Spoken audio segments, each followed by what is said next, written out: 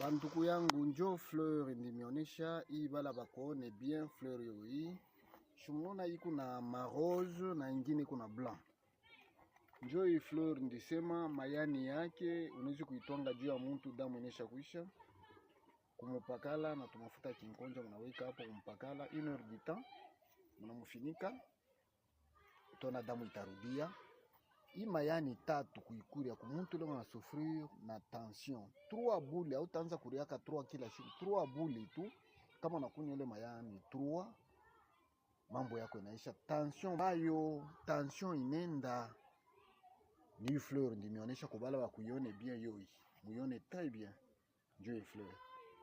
Ni fleur moja iko na guérir malaria mingi sana. Na tuna detail mbele ile mbili. Merci.